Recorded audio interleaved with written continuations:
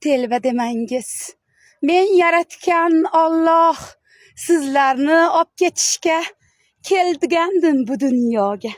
Qarang, dunyoga ham yashil, chiroyli, ajoyib go'sha Chodaksoy degan joyda tug'ilgan edim. Telbalik menga emas. Bo'ldi hamma telba, chodak suvi oqardi, telbalar to'la telba. Odamlar, Allohning bironta sinovidan o'tolmagan odamlar.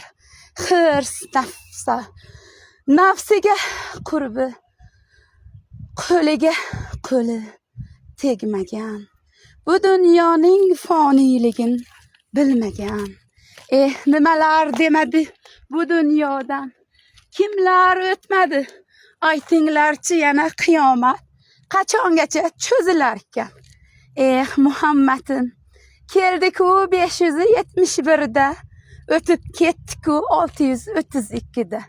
O'tganiga bo'ldi 14 asr, haliyam qiyomatni kutmagan odamlar.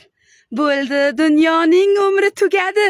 Yana qancha sizlar bu foniy dunyoda kurashmoqchisizlar? Bir-birlaringizni chopmagan qo'llar qolmadi. Yaratgan farishtalar to'xtatmasa, o'z farzandlaringizni yerdilaringiz. Yemaganlar ham qolmadi. Kim farzandini katta qilgan bo'lsa, barchasi Allohning qo'lida katta bo'ldi. Bironta bandasi bitta bolasiga aqalla Allah ayta olmadi.